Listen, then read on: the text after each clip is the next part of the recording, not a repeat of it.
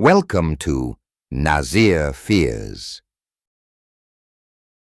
Like, subscribe, share, and click that bell icon. The Haunted Christmas Tree. It was Christmas Eve, and Sarah was bustling around her apartment, hanging ornaments on her freshly cut Christmas tree. The scent of pine filled the room, and soft classical Christmas music played in the background. It was one of those magical times of year when the world outside seemed to pause for a moment, and everything felt calm and joyful. "Mike, could you come help me with the lights?" Sarah called from the living room, where she was struggling to untangle the tangled mess of colorful fairy lights. Mike walked in, his eyes immediately rolling at the sight of the lights.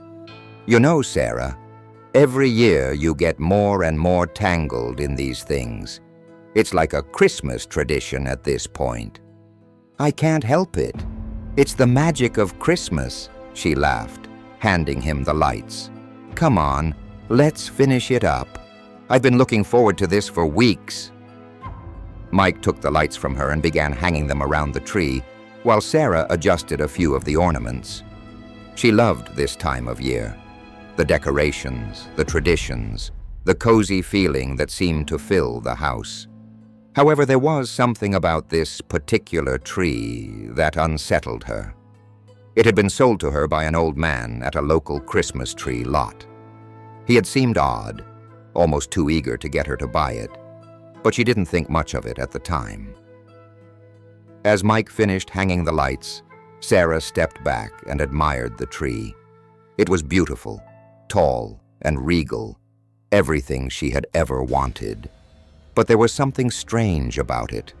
The ornaments sparkled brightly, yet the tree's branches cast an eerie shadow that didn't quite match the lights. She shook it off as a trick of the light.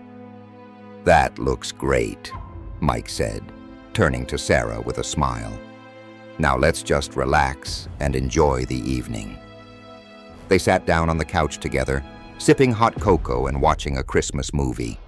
The atmosphere was warm and comforting.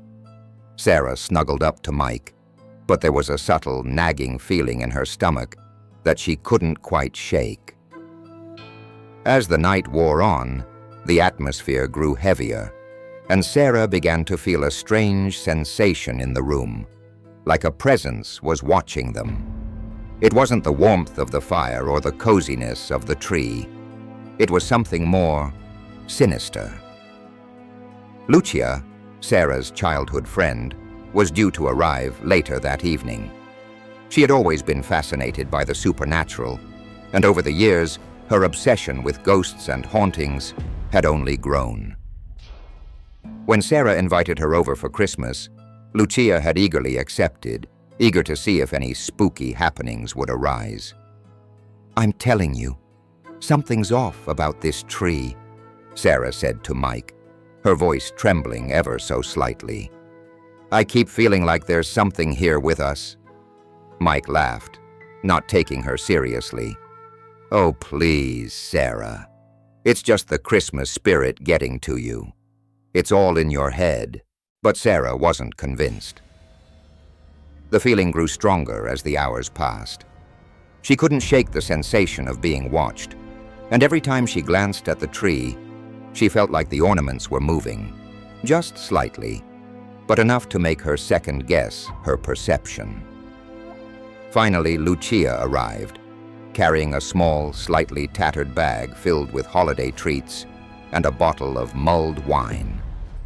Her presence instantly brought a sense of comfort to Sarah, but she couldn't ignore the look of curiosity on Lucia's face as she entered the living room and saw the tree for the first time. "Wow, this is beautiful," Lucia said, glancing around the room. "But is it just me, or is something off about that tree?"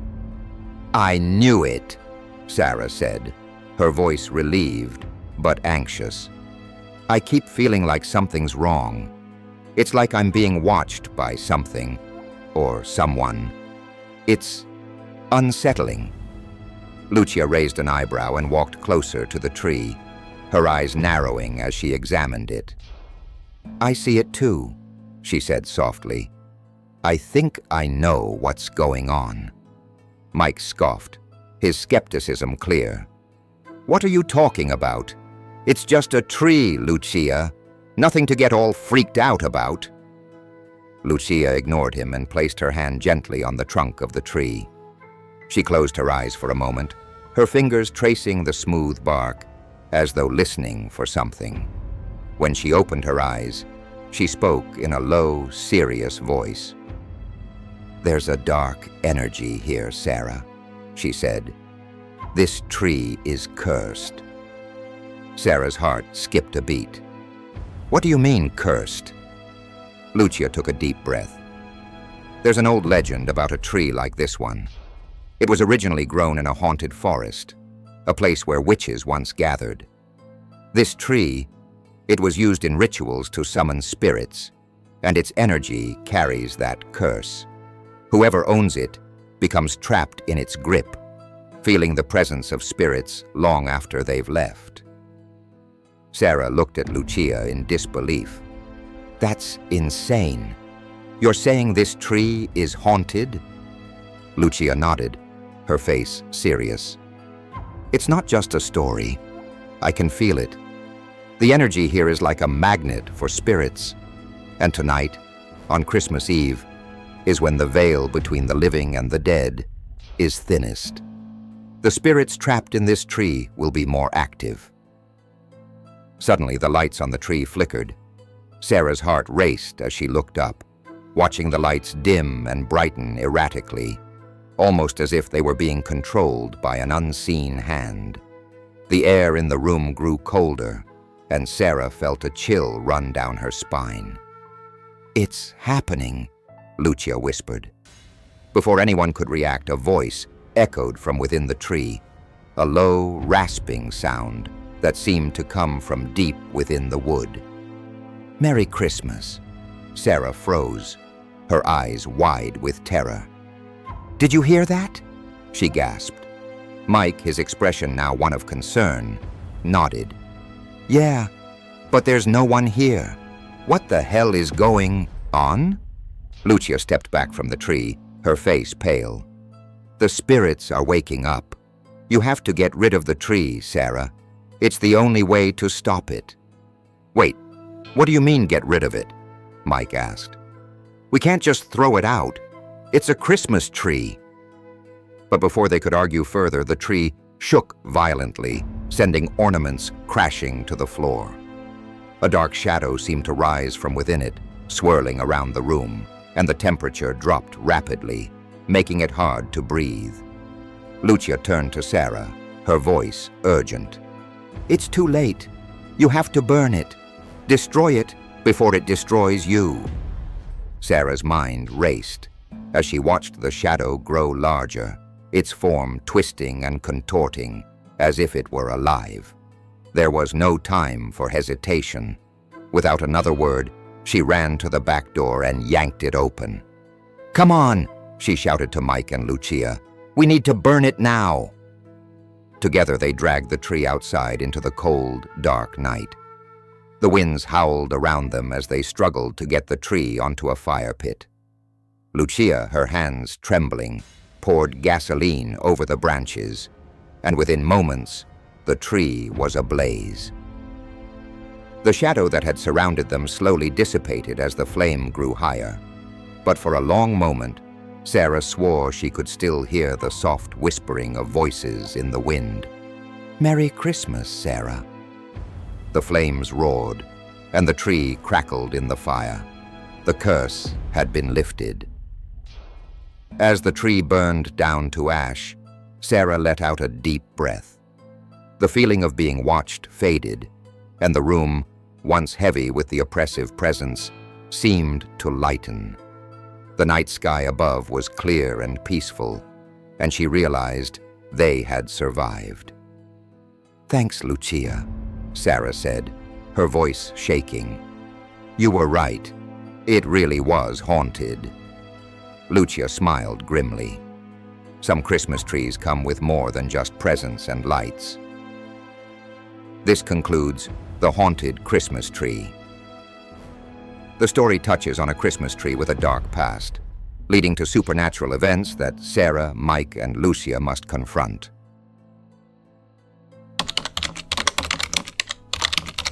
Silent night, deadly night. It was Christmas Eve, and a thick blanket of snow covered the small mountain village of Hallowbrook. The village was peaceful and quiet, with only the soft sound of the wind rustling through the trees and the distant chime of the church bells marking the arrival of midnight. For most of the villagers, this was a time for celebration and joy. But for Natasha, it was a time of unease. She and David had come to Hallowbrook for a holiday getaway, hoping to escape the bustle of city life and relax in the quiet charm of the village. They had rented a small cabin on the edge of town, tucked away in the woods. The air was fresh, the atmosphere peaceful, but something about the place didn't sit right with Natasha. There was an undercurrent of tension in the air, a strange feeling that she couldn't shake. As they walked through the village to the local inn, David noticed Natasha's nervous glance. "What's on your mind?" he asked, his voice warm but tinged with concern. "You've been quiet all day." "It's just, this place feels off, David," Natasha admitted, her breath visible in the cold air. "I've been doing some research, and there are stories about this village. Dark stories, old legends." David raised an eyebrow. "You're not still buying into those ghost stories, are you? It's Christmas Eve, Natasha. Come on, we're here to relax." "I know," Natasha replied, but her voice was uncertain. "But these aren't just ghost stories. There's something more to them, something dangerous." The two of them entered the inn, where the warm glow of candlelight and the scent of mulled wine greeted them. The innkeeper, an elderly woman named Mrs. Holloway, was behind the counter. She smiled warmly at the couple as they approached. "Welcome to Hallowbrook, dear ones," Mrs. Holloway said, her voice soft and welcoming. "I trust your journey here was smooth?" "It was," David replied, offering a friendly smile. "We're just here to relax and enjoy the Christmas celebrations." "Well, I hope you enjoy your stay. But be warned, this village has its share of unusual happenings on Christmas Eve." Mrs. Holloway's smile faltered for just a second, and Natasha caught the hint of something darker in her eyes. "Unusual?" Natasha asked, leaning in slightly. "What do you mean?" Mrs. Holloway paused, then spoke in a hushed tone. "There's a legend here about a spirit that returns every Christmas Eve. They say it's the spirit of a woman who was wronged by the village long ago. She was murdered, some say, for reasons no one truly understands. And every year, on this night, she returns to claim someone. No one knows who, but it's always someone close to the village, someone who's lost something dear." Natasha's interest piqued. "Who was she?" "She was Maria Forsyth," Mrs. Holloway said, her voice trembling. "You should speak with Maria's descendant if you really wish to know more." Before Natasha could ask further, Mrs. Holloway quickly returned to her work, and the couple was left in silence, the inn's warmth failing to ease Natasha's growing unease. Later that night, after a quiet dinner, Natasha and David found themselves in the village square, surrounded by the glow of Christmas lights and the soft, muffled sounds of carolers in the distance. The village seemed peaceful, almost too peaceful. As they walked, Natasha noticed a small church at the far end of the square. Its doors were open, and a dim light flickered inside. "Let's check it out," Natasha suggested, her curiosity getting the better of her. "There's something about this place I need to understand." David hesitated. I don't know, Natasha. It feels a little strange. But Natasha was already walking toward the church, and David reluctantly followed. As they entered, the cold air from outside met them, making the candles flicker and casting eerie shadows across the pews. A low hum echoed from somewhere deep within the church, like a distant chant. "Hello?" Natasha called out, but there was no answer, only silence, broken by the occasional creak of the old wooden floorboards. They moved deeper into the church, toward the altar. Natasha's eyes scanned the walls, searching for any clues that might explain the stories Mrs. Holloway had mentioned. She noticed a large portrait of Maria Forsyth hanging behind the altar, a woman dressed in dark robes, her face somber and stern. The portrait was old, its edges worn and faded. David stepped closer to the painting. "Who was this woman?"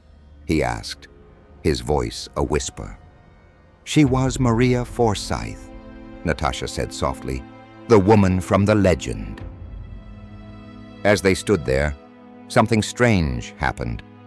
The temperature in the church dropped drastically, and the lights flickered again. Natasha's breath became visible in the cold air, and she could hear faint whispers, too quiet to understand, echoing in the shadows. Suddenly the church doors slammed shut behind them with a force that made them both jump. David spun around, trying to open the door, but it was stuck tight. "Natasha, we need to leave, now," he urged, panic rising in his voice. Before Natasha could respond, a figure appeared in the doorway at the far end of the church. The woman was tall and dressed in a flowing black gown, her face obscured by a veil. Her presence was overwhelming, and Natasha could feel the hairs on the back of her neck stand on end. The woman didn't speak, but Natasha could sense her presence, a coldness that radiated from her like a storm. She raised her hand, and with a single motion, the air around them grew heavier, darker.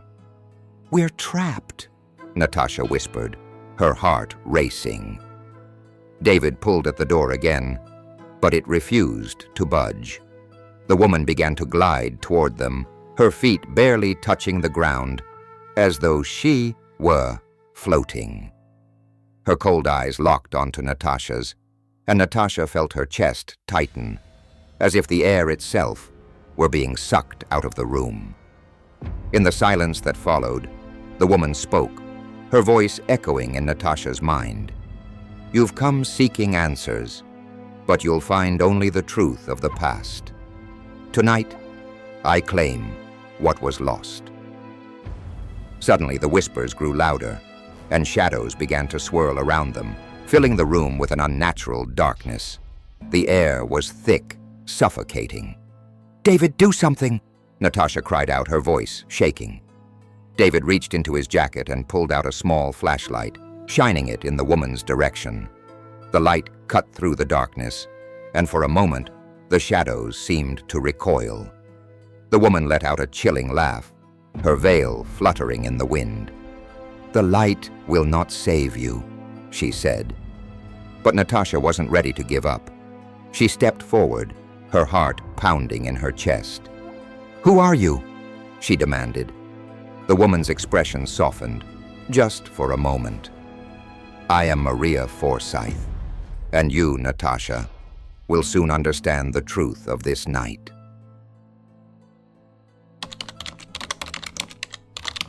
The Christmas Eve Phantom. It was Christmas Eve, and the snow had already begun to fall, gently blanketing the ground in a soft layer of white. Jack and Emma were driving to an old hotel on the outskirts of the city. They had been looking forward to this trip for months. They were hoping to escape the holiday madness and enjoy a peaceful retreat in the mountains. But neither of them could have predicted the strange events that awaited them. Jack had always been a fan of adventure. He was the type who would jump into any situation without thinking twice, while Emma was more cautious, often questioning his impulsive decisions. But even Emma had been excited about this trip. The hotel, built in the early 1900s, was renowned for its eerie reputation. Something about strange occurrences around Christmas time, or so they had heard. As they entered the hotel lobby, the old wooden floors creaked beneath their feet. The smell of aged pine mixed with the faint scent of candle wax. A grand Christmas tree stood in the center of the room, its lights twinkling in the dimly lit space. It looked like something straight out of a classic holiday postcard. The receptionist, an older woman with graying hair, greeted them with a warm smile, though her eyes seemed to carry a depth of knowledge. "You're the only guests tonight," she said, handing them their room key. "Christmas Eve is always quiet here." Jack grinned. "I'm sure it'll be quiet, in a good way." After they checked in, the couple made their way to their room on the second floor. The corridor was narrow and dimly lit, the walls adorned with faded paintings of long-forgotten ancestors.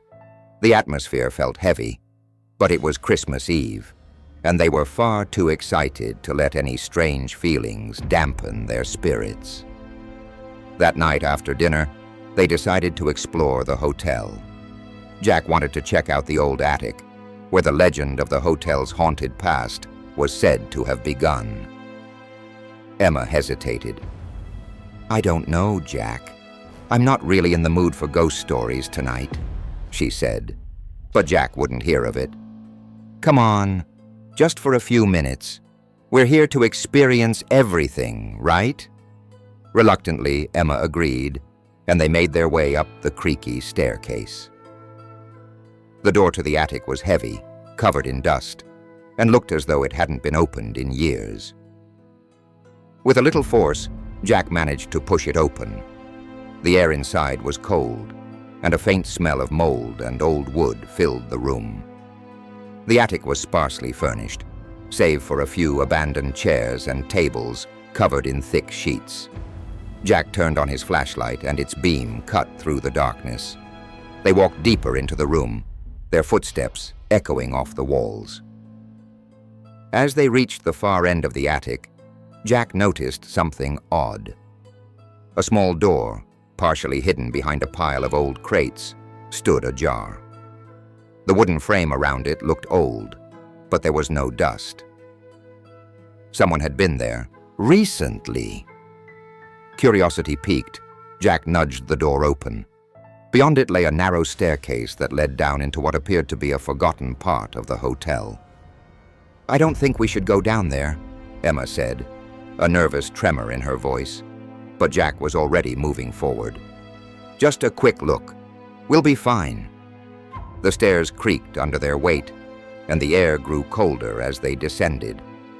At the bottom, they found themselves in a dimly lit corridor that seemed to stretch endlessly.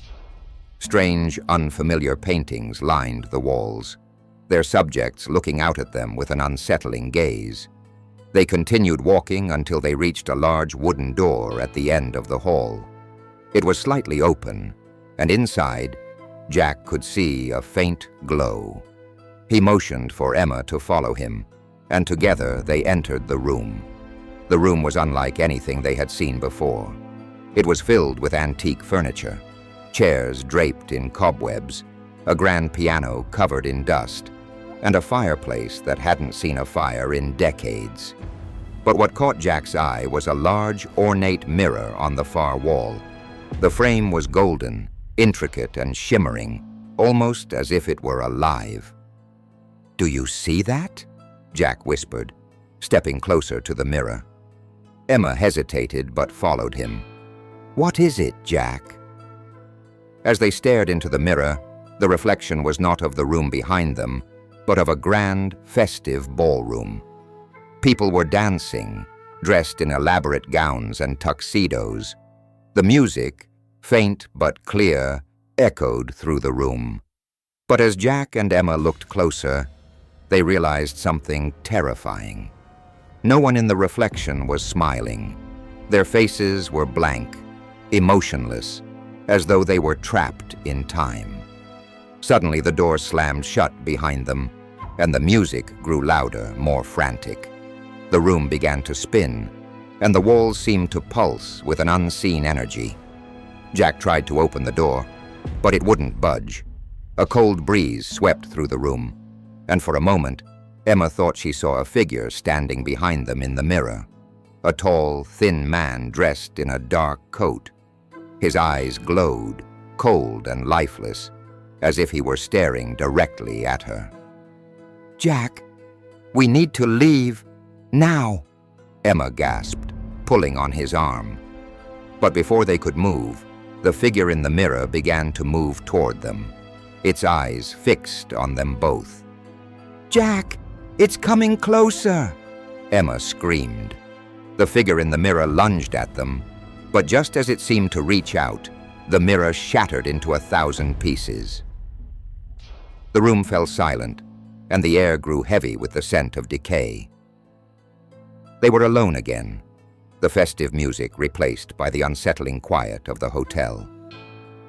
They bolted for the door, and this time it opened easily. As they fled the room, they noticed something else, footprints in the dust leading toward the attic stairs, as if someone had been watching them the entire time.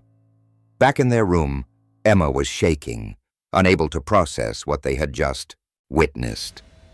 "Jack, we need to get out of here," she pleaded. But Jack, ever the skeptic, was silent for a long moment. Finally, he spoke. "I don't think we're alone here anymore, Emma. Something's watching us." Just then the lights flickered, and a voice echoed through the room, cold, distant, and familiar. "Merry Christmas, Jack. Emma." The last thing they heard was the sound of footsteps in the hallway, growing louder with each passing second. Jack and Emma stood frozen in the dim light of their hotel room, the voice still ringing in their ears. It wasn't just a whisper. It was as though someone, or something, had spoken directly into their minds. Emma's heart raced as she glanced nervously toward the door. "Jack, that voice, it sounded like—" "I know," Jack interrupted, his voice tight with fear. "It sounded like someone from the ballroom, the figure in the mirror." Suddenly there was a loud knock on the door. Emma gasped, her hand flying to her mouth. Jack hesitated, then cautiously approached the door.